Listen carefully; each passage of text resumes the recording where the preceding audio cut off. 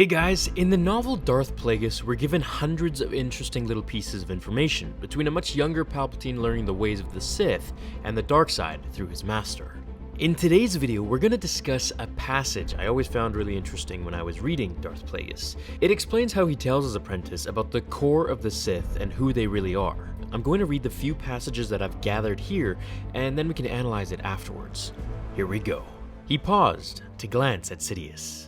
No doubt the texts I've provided contain references to the so-called potentium theory.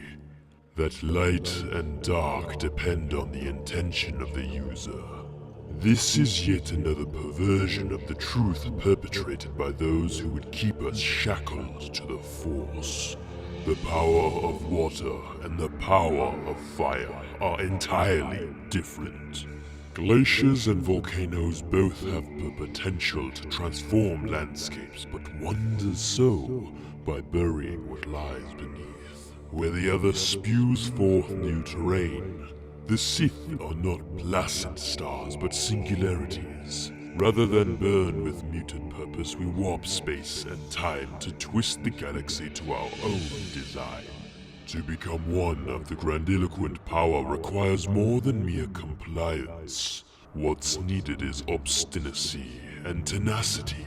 That's why you must always be receptive to the currents of the dark side. Because no matter how nimble you are or think you are, the Force will show you no pity. As you've learned, your body sleeps, but your mind is never at rest.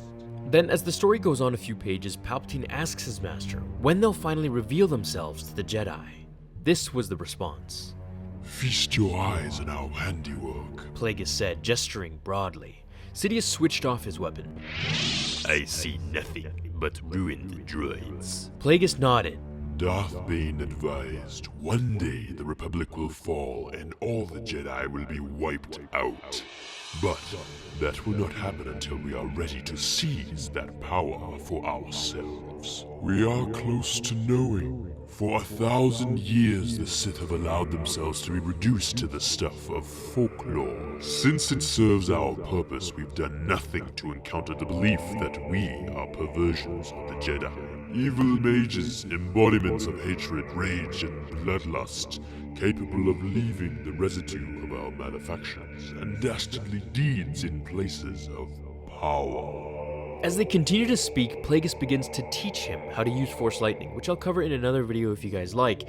How he does this is he goes on to tell Palpatine that he's incredibly impatient, and the fact that he doesn't care for weapons, explosives, or the healing arts for that matter, will be his downfall, and that he cares too much for power. The lessons that Plagueis teach here are ones that we never really get to see from the viewpoint of the Jedi, since that's all really the movies focus on, which is why I highly recommend this book even though it's now Legends, unfortunately. Plagueis later goes on to tell Palpatine about true power.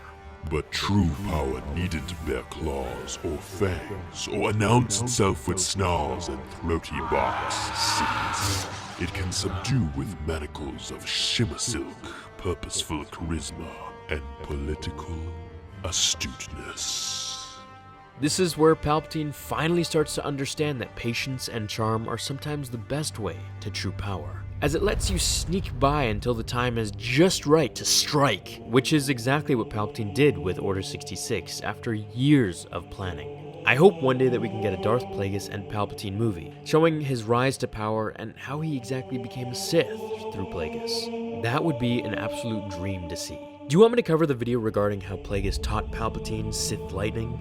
It's a pretty good read. Stay tuned for the Vader comic coming in a few days, and I'll see you all in the next episode of Star Wars Theory. Until then, my fellow Jedi and Sith friends, remember, the Force will be with you always.